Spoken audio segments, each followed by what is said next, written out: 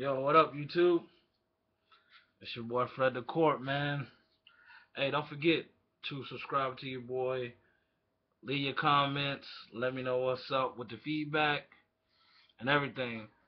I just finished watching the episode of Game of Thrones Dance of the Dragons, which is episode 9 of season 5. And oh my gosh, oh my gosh, oh my gosh. Nah.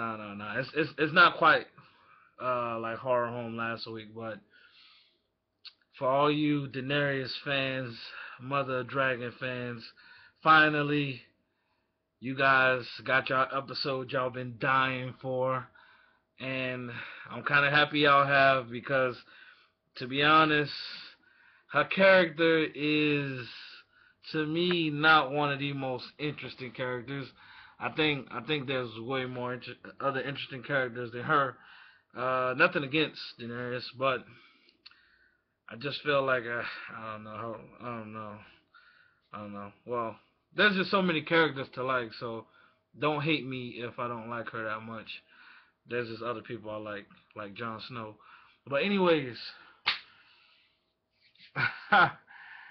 okay, so Drogon showed up and fucking toasted the place and set everything on fire. It's fucking epic, man. That was some epic shit. I give it to Game of Thrones writers for throwing that in there like that.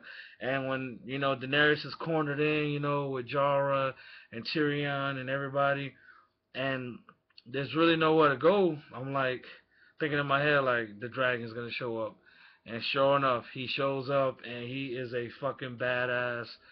He's a fucking OG gangster. Like he pulled up on that thing like 187, fucking murking every fucking body, Cali style. Like fucking just did a drive by with fire breath on their ass. Like it's crazy. Um, Daenerys though, hopefully she understands that she she's taking over these cities and she can't be trying to keep tradition and shit. She got to break tradition, like tradition and the fighting pits and her trying to do everything the way how they had it set up in Marine. That almost got her fucking killed, man. Like Jara saved her life. Like she owes that dude. And which, by the way, he touched her. And I need somebody to answer this question in the comments. Jara touched Daenerys, and he has grayscale. Does she have grayscale? Uh, is it like contagious or what's the deal? Because I know that the stone man, if they touch you, they automatically give you grayscale. He has it, and it's like up his arm, like up here, So I'm just wondering, does Daenerys have grayscale now or what? Please, can somebody answer that question in the comments below? Um, Also, we got to hear a little bit of smart etiquette from man Tyrion. Tyrion is a boss, man. Like everything he says is fucking worth $1 million. Like he he just says the most. He will shut you down in a crazy way of just making you look like a dumbass without making you seem like you look like a dumbass, but he's really in his head. He's like you are a fucking dumbass. Tyrion is a. I love Tyrion. That's why he's my favorite character. Um, I wish we could have got to hear more from Tyrion. Thank God he didn't die. Um, so back to what I really want to talk about is motherfucking Stannis Baratheon, aka Bitch Made, aka Mr. I'll do anything for some puss, aka I'm sprung. How she got me doing things I never do, killing my own daughter. Seriously, Stannis, what the fuck? Bro, you killed and sacrificed your own fucking daughter after last week, you told her to get out your fucking face, and now, bro, you gonna fucking tell your daughter, I apologize. What the fuck? Like, you gonna really really, just hearing that little girl cry was just, it was fucking horrifying, man. It was horrific, man. That, like, that little girl being sacrificed, that got to be in, it's got to be in the top 10 for Game of Thrones most epic, shocking, fucking jaw on the ground moment. Like, that was Game of Thrones right there. Like, only a show like Game of Thrones will have a little girl burning because the father is just so fucking mentally fucked by this chick, which I don't understand. Like, I don't get it. What it is about her that just has him like, I don't know, man. Melisandre, she must have the greatest puss of all pussies in Westeros, and fucking she must have the greatest puss in the world. Like, I know she has a fucking great set of tits. Like, her fucking tits are immaculate, like Mona Lisa's. Like, oh my fucking gosh, like she has a great set of tits. I don't know what it is with Stannis, but Stannis, he is sprung. Like, he literally told this chick, no, basically my family's off limits. No, there has to be another way, leeches, something. And all of a sudden, he's, oh, yes, you can help me. But you can help me because I'm going to tie you up to a fucking tree limb and burn the shit out of you for a sacrifice, which is just insane. Like Stannis, Stannis Baratheon wins the worst dad of the year. Like, he is the worst dad ever. Like, I don't think there's any dad in the world that will fucking do what this guy did.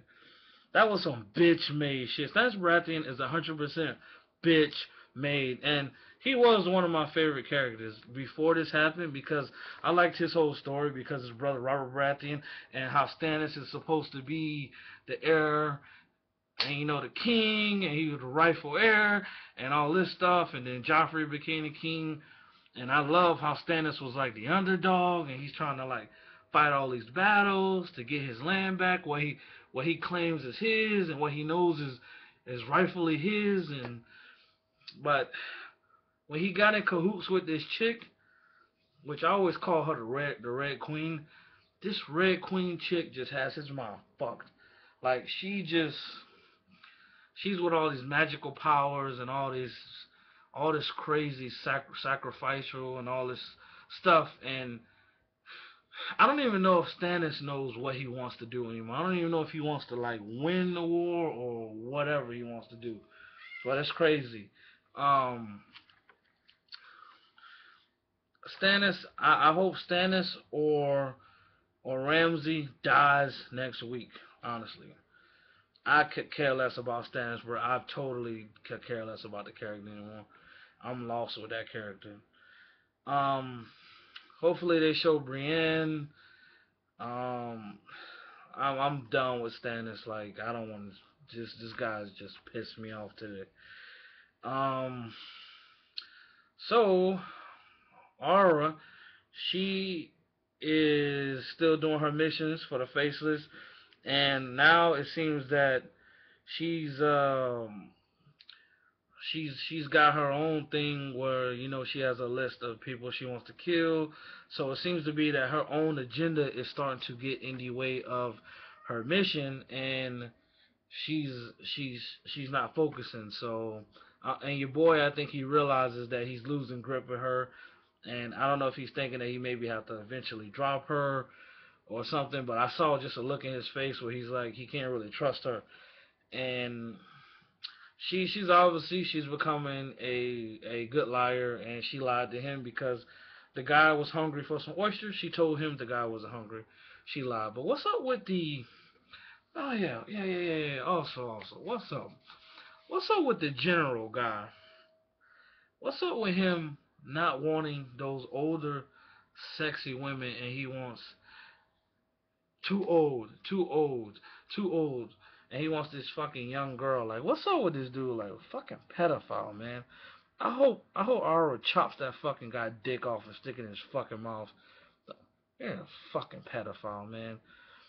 Like, that's some nasty shit, man. Like, That's gotta be rank up there, and that's ranks up there in top five nastiest shit in Game of Thrones. Like, no grown ass man should want a little girl. That's just fucking ugh. But maybe they was just setting that up for Arya to go in there and be the young girl and fucking chop his dick off. That's what I hope. But you know, 'cause he said I'll be back tomorrow and you better have a fresh one. So whatever that means. Um, so it looks like Jamie's headed back. You know, and he's gonna find out his sister Cersei's is locked up. So I'm interested to see what's gonna happen with that. And man, so I guess this episode was good, man. We saw dragons, we saw fire. I mean, so people can't complain. The last 2 weeks, you know, everybody's complaining about season five, saying it's slow. But me, you know, personally, I love the dialogue.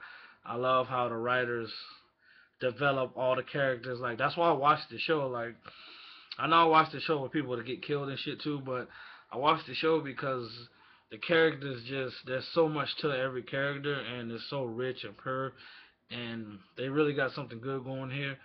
And I think that um you need those episodes where they just kind of do a lot of dialogue and they do a lot of talking. You need those because it's not always about the killing and the killing and the killing, but the killing is good, but it's not always about that.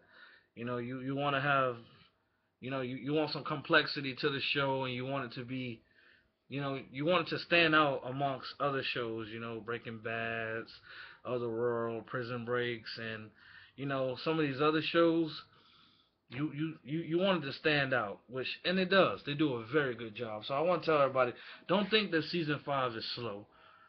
You just got to look at it as if there's so many things that's transpired from season one to now. Finally, most of these characters are at their breaking point, and they're just finally releasing these characters to show everybody their own little stories. Everybody has their own little story, so they're just trying to explain that. But obviously, you know, every season has 10 episodes, so they only can do so much. So you guys just have to bear with them. Yeah, but anyways, I'll be ready for next week. Final episode of season five, and then we'll be ready for season six. It's gonna be a long wait, but we'll have a lot of time to talk about it. But yeah, so y'all seen the White Walkers and the Dragons 2 weeks straight. So hey man, you guys should be happy, man. I'm fucking hyped. Seeing Daenerys ride out on Drogon like that. That was some good shit, man. Like she's gonna be riding dragons and shit. Like she's the mother of dragons. Like, did you see how he looked at her? He looked at her like, "Yo, I'm back, mom. I love you. You're my everything. I'm gonna protect you. You're my queen. You're my mother." That was nice. Well, anyways, this your boy Fred the Court, man. Leave your comments below. Subscribe. Hit me up. You know, do your thing, man. Peace out, YouTube.